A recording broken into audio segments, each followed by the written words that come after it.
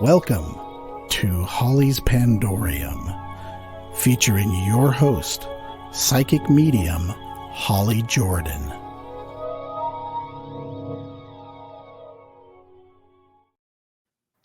Hey everybody, it's Holly and I'm back. I'm so glad you're here.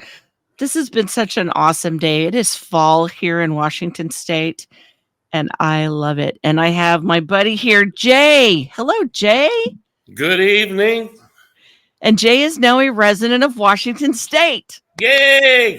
And we are so excited. I Awesome. have gotten out of the furnace that is California forever. Yes. So, yes, I am currently a newly minted resident of Washington State, and I have plopped on the lily pad that is Ocean Shores, Washington. So I am so excited. I'm loving it. Yes, and the weather has recently gotten into significant fall, which for anyone who's not been to the Pacific Northwest, the trees are glorious. People talk about the trees in different states, and I'm telling you, nobody talks about the trees here in Oregon and Washington, but I'm telling you, it's gorgeous. They're beautiful colors, and it's no wonder that creatures love to be here because we certainly love the view, and I don't blame anything for liking this area. It's very pretty. And I have a single tree in my front yard, and it has gone from green to blood red. Yeah. And starting to drop its leaves with the help of the wind. Of course. But yes, it's turning a really bright fire red color. Pretty. Yeah. Pretty. That is awesome. So I have a funny thing I have to share with you, Jay, that you will just get a kick out of. Okay, bring it on. So apparently, for those of you that don't know, I'm not one of those people that watches Sharks Week religiously, but I do like it. And so there was an announcement about a new breed of shark that was discovered. Mm. And it's perfect for the podcast because it's called the ghost shark. Ghost shark. Okay. Ghost shark. Ghost shark. Okay. Yes. So it was discovered in Australia and it is spooky looking. It's not gray. And it's not exactly white either. It's kind of I almost want to say, and I hate to say this, but it's almost beige. And it looks kind of like a barracuda to me. It doesn't really look like a shark. But for anyone that hasn't seen them, Google them. New ghost species, new shark species, the ghost. They're trippy looking. They're amazing. Definitely.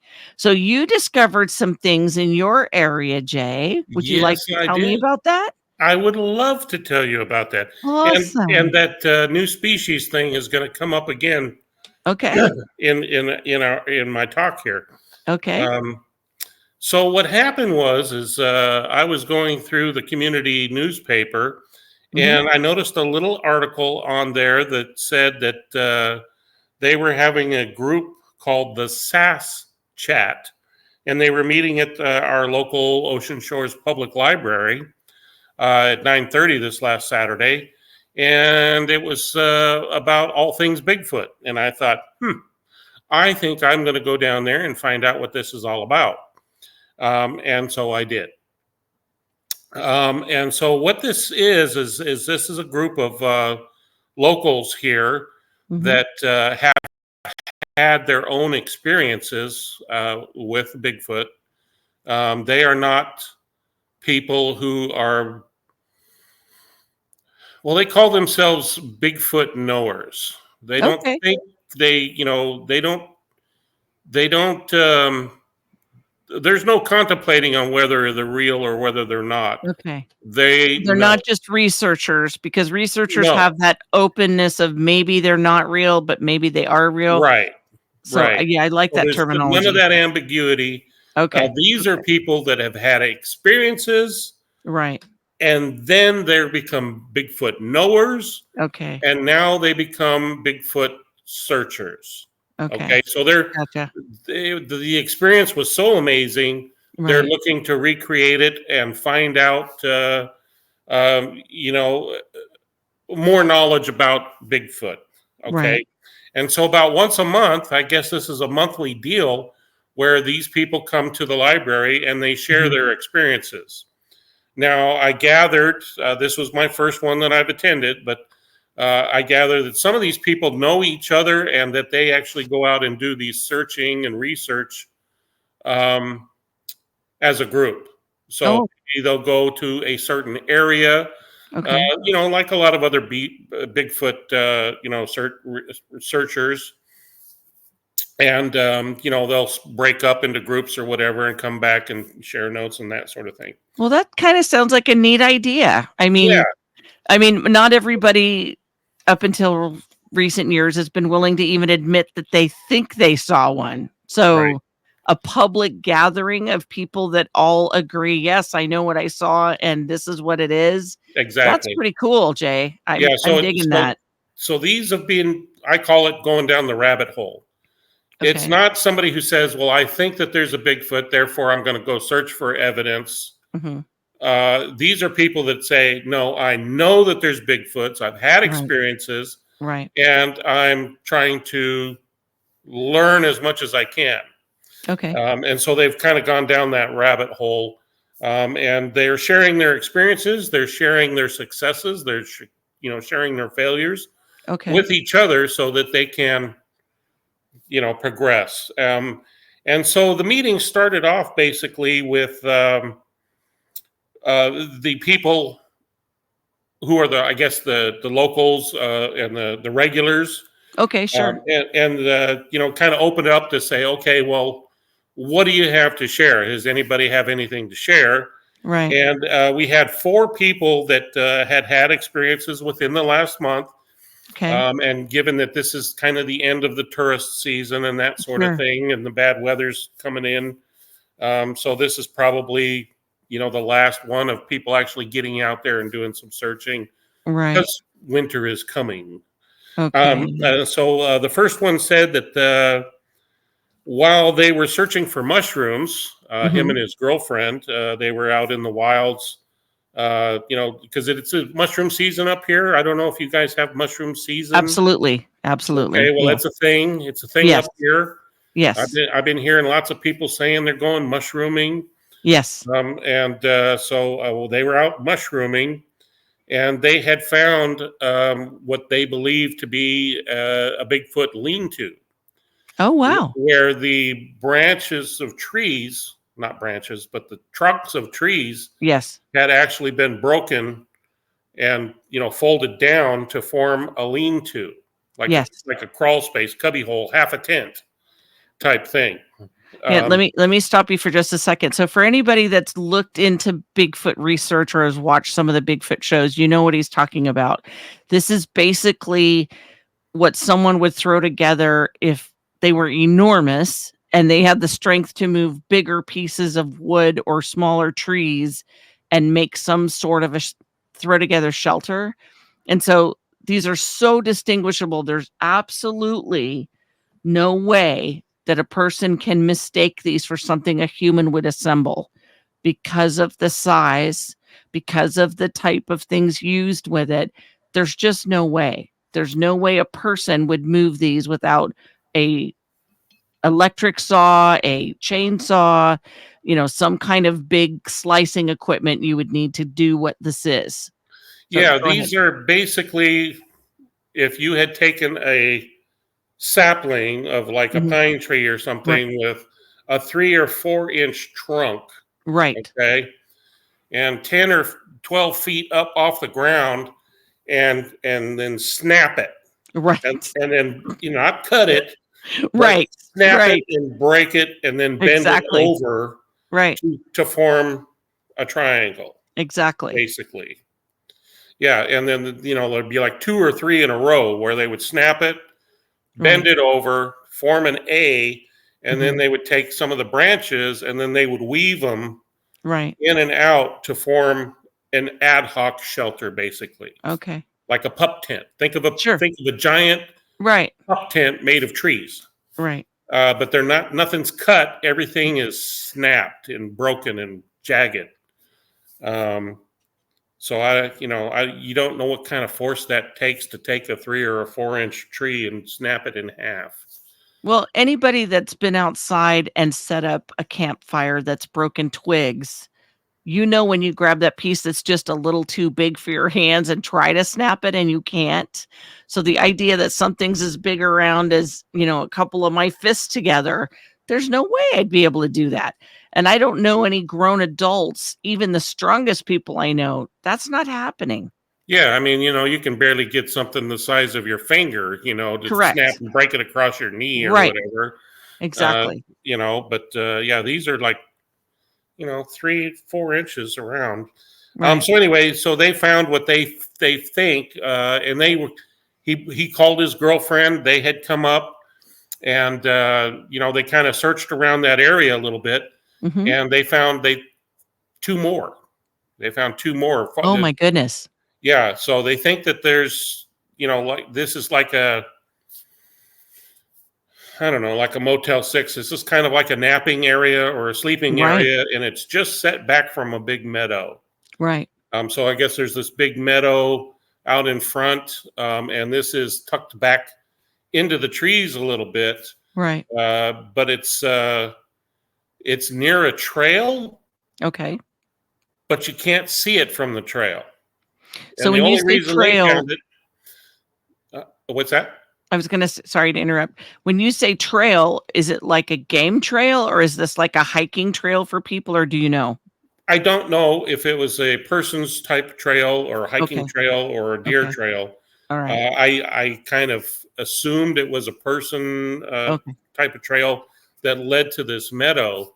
Okay. But he said that you would never know it was there, and he would never have known it was there had he not Okay. been walking off the trail looking for mushrooms. Oh wow. So he's, going through the woods and stuff Sure. looking for mushrooms and kind of stumbled upon it. Right. And then after he found it and called his girlfriend, they kind of were both kind of walking Right. through the woods, and they found two more. Wow. So they think that this is an area where that they feel safe, and they use it to sleep. So that was one person's experiences. Wow. The other person said that they have found out that the local Bigfoots Mm-hmm. up here tend to like music. Mm-hmm. There was this researcher is he likes to do the parabolic microphones, Okay. Yes. and kind of search.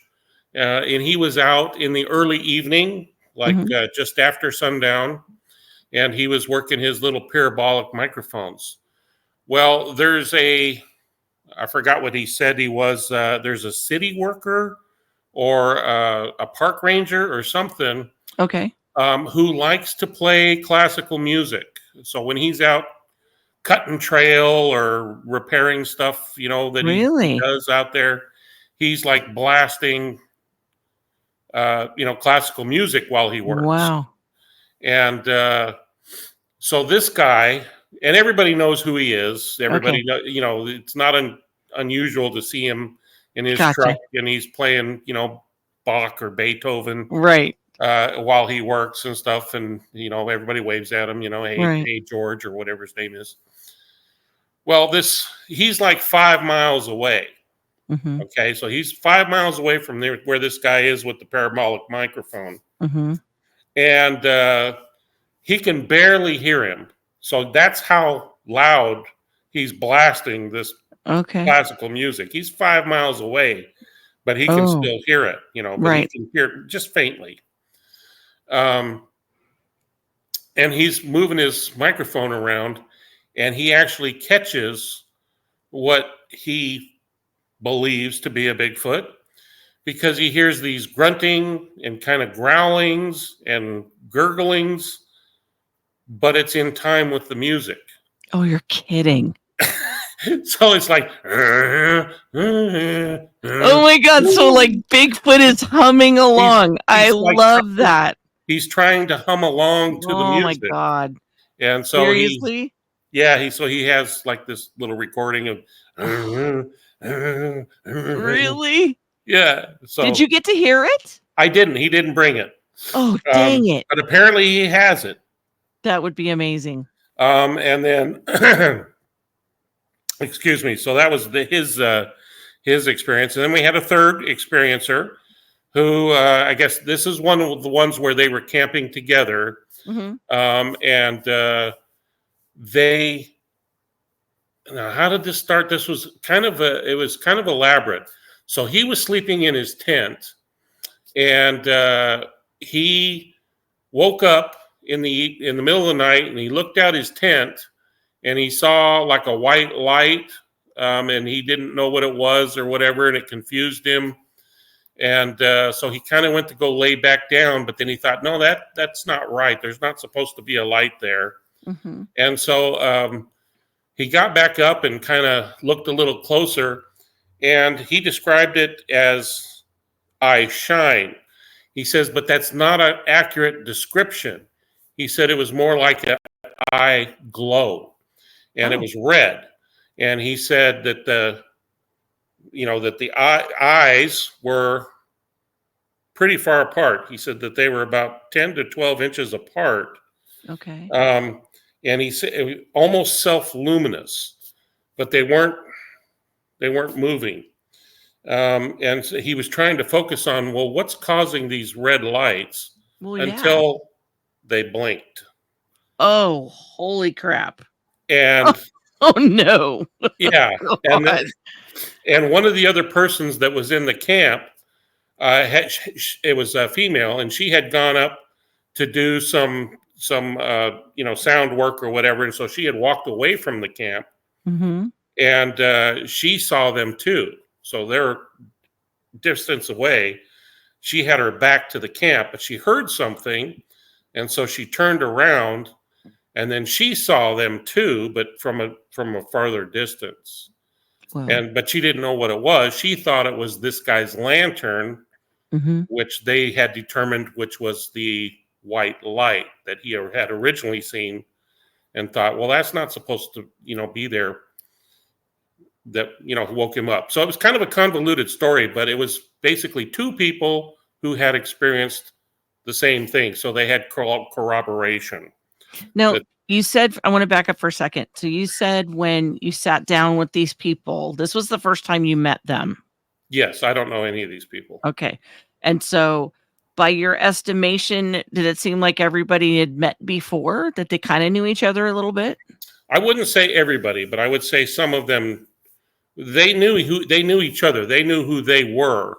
Okay. But I wouldn't say that they all were like friends or they all did things together. Okay. But because I'm just kind of blown away. I'm kind of thinking what courage it took for all of these different people to share these very recent stories publicly. That impresses the daylights out of me. That's not easy. Right. Well, the lady that hosts this is her name's Sandy, and she's doing much like what you're doing. She's providing an open forum for people to come together and share their experiences without judgment. Okay. And if you're curious, they're there to share their knowledge and tell you, this is what we know. This is what we've experienced. If you've experienced similar, you're not alone. And if you would like to share, you're more than welcome to. That type of thing. There was a map there that has ocean shores, which is like where all the sightings have been within ocean shores, the peninsula that is ocean shores. And there is a bunch of dots on that. In fact, the next time I go there, I'm going to take a damn picture of it. I wish you would. I would love to see that. Yeah. As a joke, now I'm going to just get off track a little bit here. Okay. As a joke, when I was looking to buy my house here in Ocean Shores 2 years ago, somebody mentioned something. I think I was still working at the time. And they said, oh, you're going to move up there to Bigfoot territory or something. And I was like, man, I'm going to be out on the coast. I'm going to be on a peninsula. I've got the ocean on one side, the bay on the other side. Right. It's basically a glorified sandbar. Right. Bigfoot ain't going to be in my neighborhood. Neener, And I said, neener, I'll prove neener. it to you. And so I went to the BFRO website Right. and I pulled up all their listings for, sightings or whatever for Right. the state of Washington and Ocean Shores. And I'll be damned if they didn't have like 5 or 6 sightings in Ocean Shores. Oh, I believe it. One of them was they saw the Bigfoot walking right down the damn beach. Oh It my was like goodness. 2 or 3 o'clock in the morning down by the jetty. Oh my gosh. And the guy was out there. He was smoking a cigarette because he couldn't sleep. Right. And the guy walking right down the beach. And it's night. And Right. he kind of waved at what he thought was a person until the person walked by and he was like, "Son of a bitch, that's a Bigfoot." And then Bigfoot walked right Oh my where the gosh. jetty was, and he went running after it. And by the time he caught up, Right. he couldn't find it. But I guess it walked right past him on the beach. But what in the anyway. fresh Frito-Lay is this going on? I mean, you're sitting there having a cigarette in the middle of the night, And you and see Bigfoot's just meandering down the coast like anybody else. Yeah, well, he was strolling down. I mean, he wasn't relaxing, but I guess the guy said he was, moving purposefully. Right. He thought it was a guy, out early morning jogging or whatever, and until he kind of, misty mornings that we have here or whatever. Wow. Yeah. Until it got right in front of him, and then he realized the size. And then it was like, holy crap, that's not a person. Right. And then, by that time he had already moved past him. And so he went. But just the sight of that had to be so overwhelming. Yeah. And who are you going to tell? Yeah, I'm out on the beach smoking a cigarette and Bigfoot walks past me, Because you don't hear people talk about Bigfoot on the beach. No. And that's what I say. And so I started reading these things and I was like, well, holy crap, Bigfoot does live in my neighborhood. Right. I mean, we have deer, we got raccoons, we got bears. A little bit of everything. We got a little bit of everything. Foxes and coyotes and, I mean, we got so many deer around here. The locals call them long-legged rats. Because they're everywhere. They're in the street. They're a nuisance. But anyway, I'm going to move on to my 4th experiencer here. Okay. And this is the one that intrigued me because they were talking about how they were out in the woods and, their truck or whatever, and they had handprints on their truck. But what really intrigued them was a boob print. No way. Complete with nipple. What? A boob print. No, you did not. Oh my gosh. Dust, in the dust that had gathered upon the truck. Where they had leaned on the truck. And there was a handprint as well. So there was like a hand. And then on the driver's side window, there was a boob. Okay, so I have to ask. I got to stop you right there. What kind of truck was it? It was a big truck. Oh, my God. 4-wheel drive sucker, I kind of figured as much, but I thought just maybe. Yeah. Wow. So that kind of made me laugh, but I was like, Holy, that's first. Good Lord. That's a first. What? Yeah. Okay, that's a few firsts. You're throwing a few curveballs at me here. Okay, I've heard a lot of Bigfoot stories. Okay, keep going. Here's something that I have not heard of before. Okay.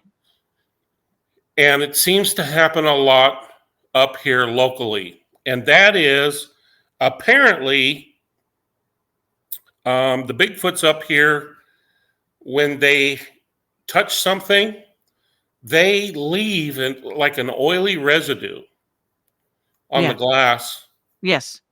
They so it kind of smears. Yes. You've heard that before? Yes, I have. And Okay, I was just going to say, yes. So what I have heard, and this is from 5 different states, that when Bigfoot leaves, because typically, let's back this up a second. typically Bigfoot experiencers are finding them and experiencing them in a heavily wooded area. Mhm. However, there's several people that have experienced Bigfoot at a cabin or home. And in those instances where there was a flat surface, like a deck or a porch or a rocking chair or a front door, where there was some type of flat surface where they could touch or grab for any reason, the oily handprints have been reported. And because of a few things. One, because sure, if you just ate fried chicken, you're going to leave a stain. Right. And it's noticeable and everybody sees it on your napkin or whatnot.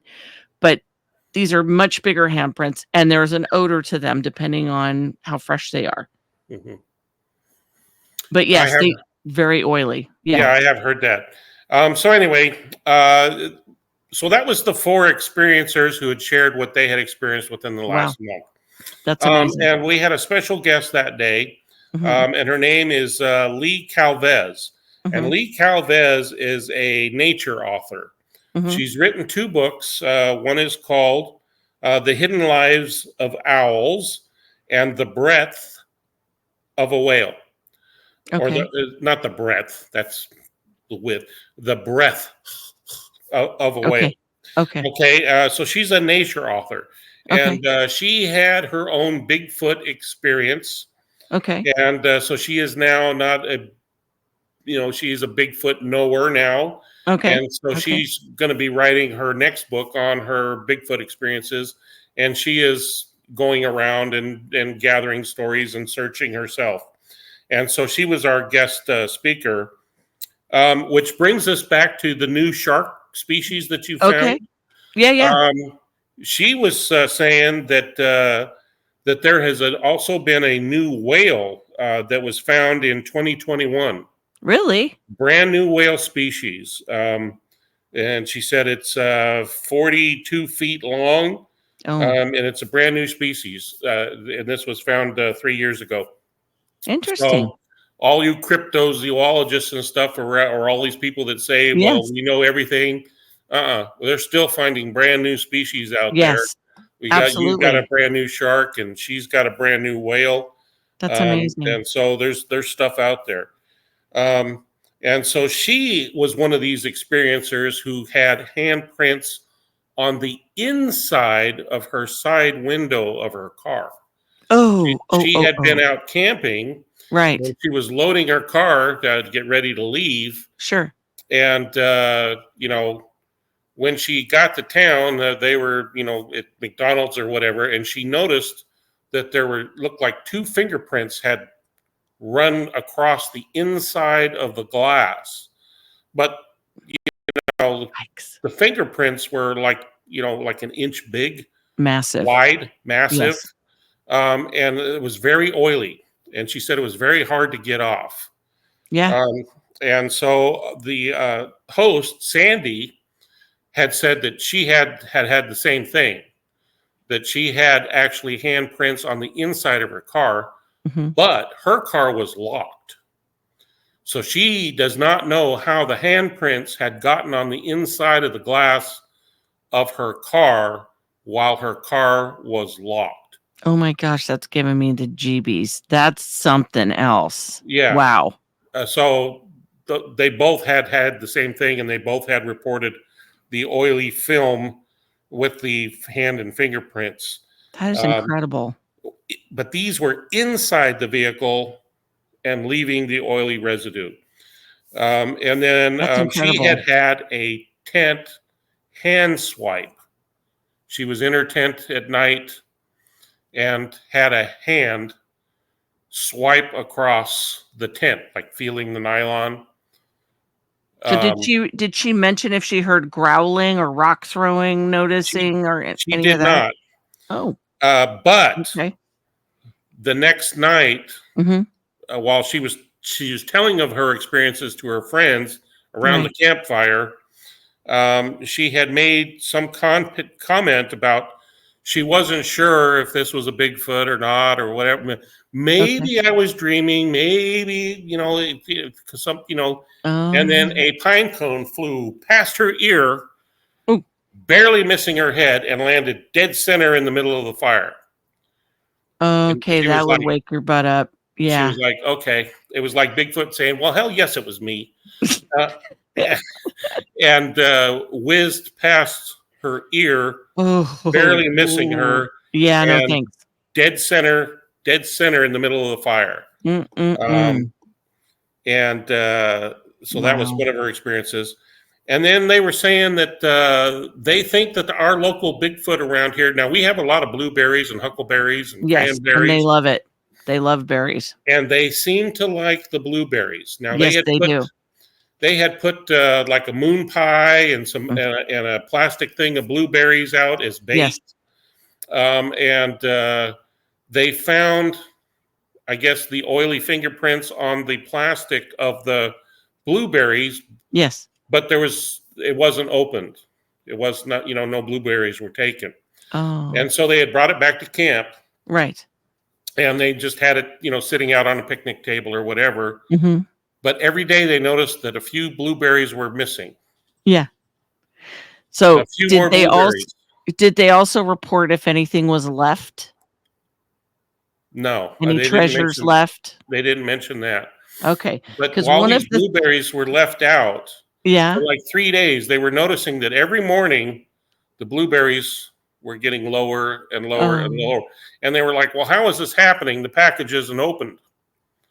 And right. what they found is that if you turn the package around and upside down, the very corner on the bottom had been pinched Oh. and had pinched and broken, so they were disposing them like Pez Oh, that's cool. without opening the package.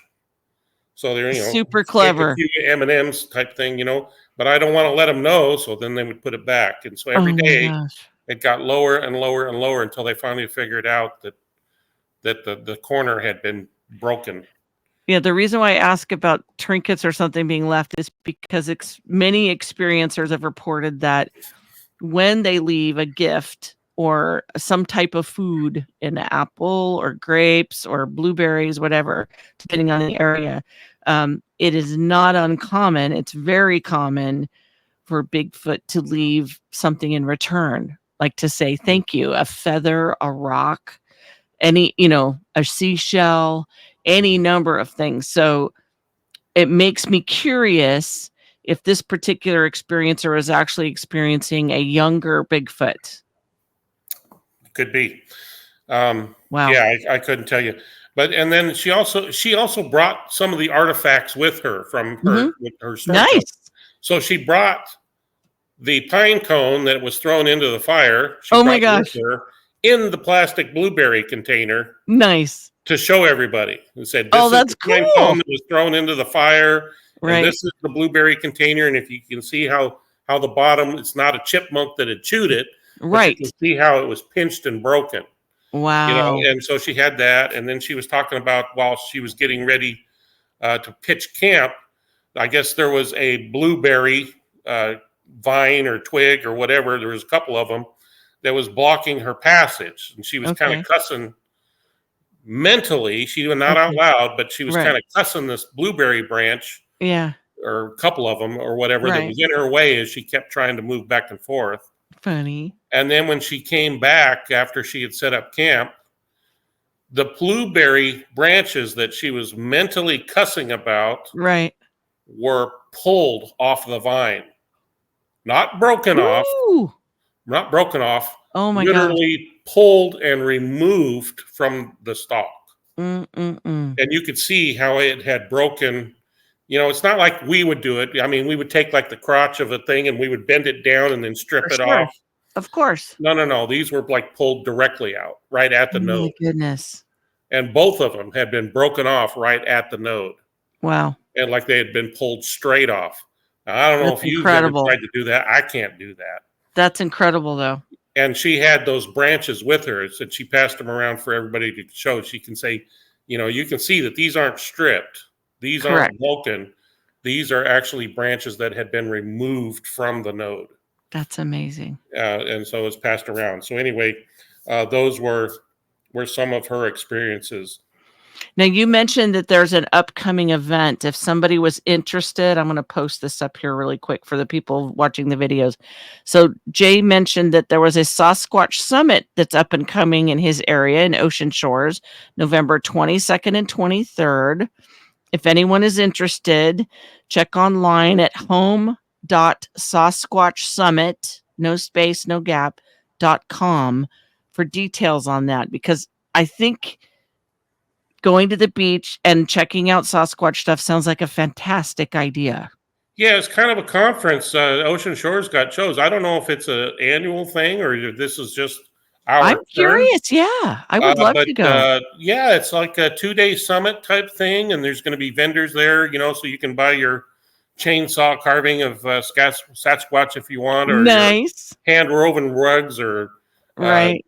or your Sasquatch slippers or whatever. Right. But they're also going to have like big time, searchers here. The BFRO that was mentioned before, Yeah. Bigfoot Research Organization. You've seen them on TV Mhm. searching for Bigfoot. They're going to have people here. Jeff Meldrum, I think, is supposed to be. Anyway, go online and see what the thing is. I think it's like $60 for both days. Nice. That's not bad. And I'm going to be there, so I'm going to be your local on the ground correspondent. Perfect. So I am planning on being there. If any of you see me out there, come up, shake my hand, say hello. Say hello. Yeah. So and that's going to be November 22nd and 23rd. Okay. And then also our local group that meets once a month or whatever. Ours is on November 16th. So if you happen to be here early and you want to come on down on the 16th to the public library, and you can see what this is all about. So that sounds like a fantastic group. I am so glad you shared this today, because I'm excited that you're finding some new things to do there and getting familiar with your area. But how cool is that? I mean, who would have thought that would be like, hey, we're going to just share, and wow, these are all brand new things about Sasquatch stories I have never heard. So I'm excited that you shared them. That's pretty incredible. Yeah, and I also volunteered at the local animal shelter, so I am the poop scooper for the animal shelter 1 day a week. Pooping, scooping Z's. Good job. Yep, hosing out kennels, and oh, that's awesome. And maybe pretty soon I may be even a foster parent of a little fur baby. So, that would be awesome. I'm making the rounds. I'm getting around. That's the way to get to know your neighborhood. I love doing volunteer work. It's awesome. Yeah. Well, highly recommended. Very satisfying. Yes, absolutely. For everyone out there watching and listening, please, as Jay loves to remind me, please hit the like button and share with anyone that you think might be interested, because that's how we get the word out. When people feel comfortable to talk about the paranormal, they do, and we all are better for it. Because this was super fun, right? I had fun. I enjoyed it. Absolutely. Yes, and I love hearing Jay's stories. He's a great storyteller. So this is Holly from Holly's Pandorium, and our buddy Jay, who we love, and we're so glad you did all that investigating for us. Thank you so much for stopping by and checking this out, and we hope to see you again soon. This is Holly saying thank you, and we'll be back again soon. Good night.